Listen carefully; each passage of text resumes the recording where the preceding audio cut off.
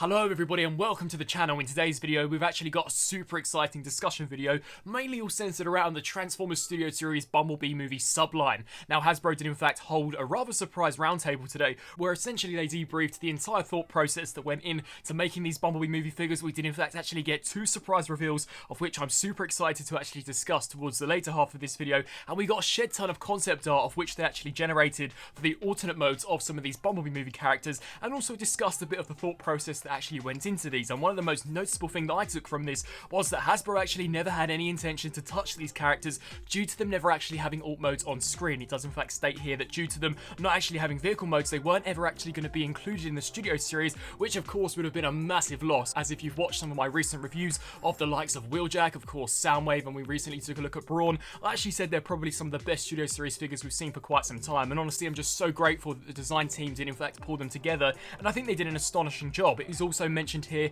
that due to them not having officially licensed vehicle modes, they were in fact actually able to take creative liberty and really focus on the robot modes. That is why these guys look as accurate as they do, whereas if they're dealing with the likes of maybe a Lamborghini licensed character, they really have to nail the look of the vehicle mode, and of course the robot mode more than likely is the mode that gets compromised. So I thought that was rather interesting, and it is pretty cool to see kind of the backstory on what actually goes on behind the scenes in actually making these figures. But we'll very quickly discuss the concept art. So straight away here we've got a piece of a concept art of Ratchet. Now I have in fact just wrapped the review on Ratchet, so be sure to stay tuned to the channel for him, as he's coming up fairly shortly. But honestly, it's a fantastic figure, and the alt mode here looks great. Now this is in fact very accurate to the finished toy, which is awesome. In my opinion, he does remind me of this really futuristic, almost space lunar cruiser. This looks fantastic, very heavy infantry, really does look as if though maybe it could bash down to some Decepticons even here in the alt form, and is a great nod to of course the actual medic ambulance that Ratchet used to obtain in G1 and even Transformers Prime to an extent. Here we get an image of Wheeljack. Now this is probably the most interesting piece of concept art,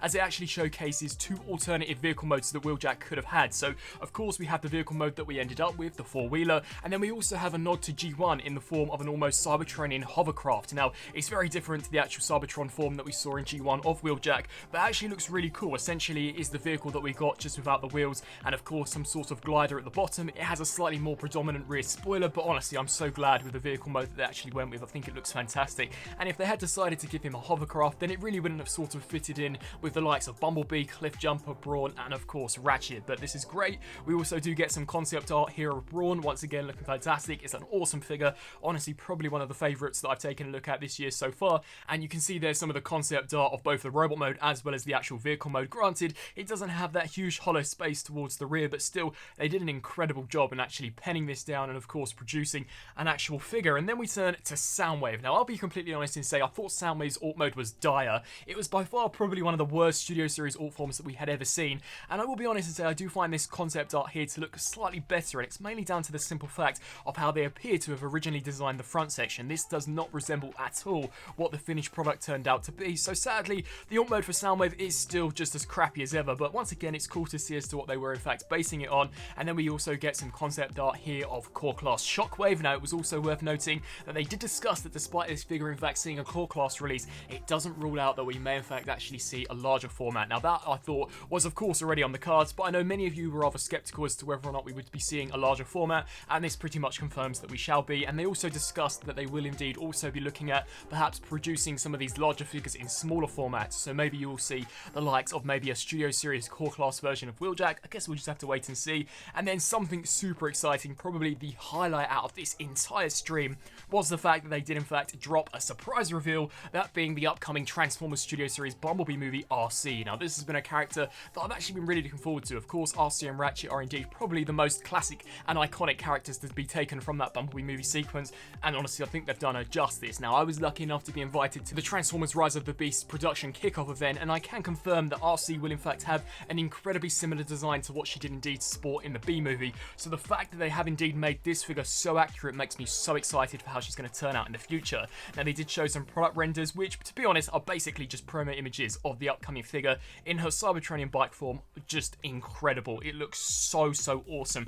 Really blends in with the other characters, whilst of course harkening back to how she appeared in G1. It does indeed have a very similar style to her Cybertronian car mode, but then once again almost takes inspiration from the Bayverse in actually having her as a motorcycle, which I just think is super cool. Really futuristic. I think the colour looks fantastic. The pink looks awesome. Just such an awesome vehicle mode. And then of course we get some amazing product shots of her in her actual actual robot mode, and this is by far where this figure shines. So you can see here we get an image of the front, the side, and of course a back perspective, looking incredible. These Bumblebee movie figures must have been produced by the team that deal with the masterpiece, as they are just so well done. From a front perspective, they have absolutely nailed the look. She looks literally as she did on screen. So awesome. The head sculpt design looks fantastic. The torso looks fantastic. The actual chest proportions look wicked. I do love how they have managed to replicate the actual backpack section that we saw in the movie. It's nowhere near as bad as Earthrise Arcee, and could actually be the best mainline Arcee figure that we've ever gotten across the entire Generations line. It already, in my opinion, destroys the actual Earthrise version and even the Thrilling Verti release to an extent. Now, she will come with 2 pistols. They all look great. I love the side shot that we get of this character. It allows you to see some of the exceptional detailing they actually packed into her backpack. You can see an incredibly streamlined profile, which is awesome, and I love that they did in fact actually find a way to get the actual wheels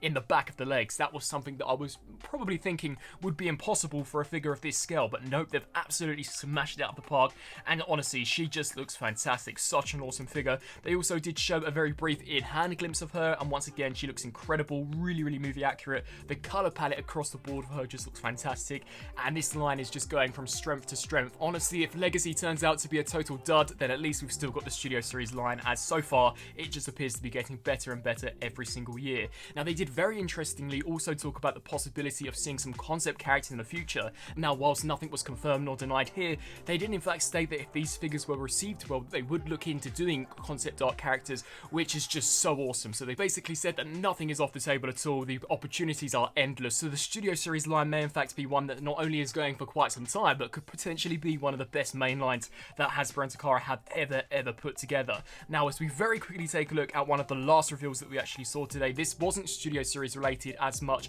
but it is in fact the final surprise core class figure that we can indeed be expecting to see in the final wave of Transformers Kingdom, and it is Hot Rod. Now, I'll be completely honest and say that I actually think this figure is a major letdown. If you've watched my core class reviews, you guys all know that I think they are astonishing value for money. The actual price point and the quality that you get is honestly awesome, but this Hot Rod really does seem in a step in the wrong direction. He's just so lanky and spindly where the legs and the torso are concerned. The head looks slightly out of proportion. I absolutely hate the way that he wields the sword, and the leg kibble is just absolutely atrocious. So this is definitely not looking like a great figure so far from some of these actual in-hand shots. Then we get a glimpse of him in the vehicle mode. This actually doesn't look too bad, to be fair, and of course we do get an in-package shot of Rodimus, of course dubbed in that Kingdom on packaging with some exceptional artwork, but definitely just by taking a look at some of these images, he's not looking all that promising. I'm hoping that when I actually get him in hand, then my thoughts are slightly changed, but overall, what a round table to actually have. This was so awesome after having a rather drought year in regards to live action movie figures. Towards the end of this year and definitely 2022, we are in for some fantastic treats, and I really hope you guys have been enjoying my Studio Series Bumblebee movie reviews, as honestly they are some of the most fun I've had whilst in fact actually reviewing here on YouTube. They are so well done, and I just cannot wait to see as to where the line goes next. So I would love to know your thoughts down in the comment section below on some of the concept images that were shown in regards to what Hasbro actually based these Studio Series figures on. Are you glad that they did in fact actually approach these characters? As mentioned at the beginning, they had no intention in actually touching them due to them not in fact actually transforming in the movie. And what do you guys think of the reveal of both the Studio Series Bumblebee movie Arcee and of course that core class Hot Rod? I'm really looking forward to Arcee. She looks fantastic, the line is fantastic, and I just cannot wait to keep reviewing these for you guys. As always, I thank you all so much for watching, and until my next video, I'll see you then. Thanks for watching.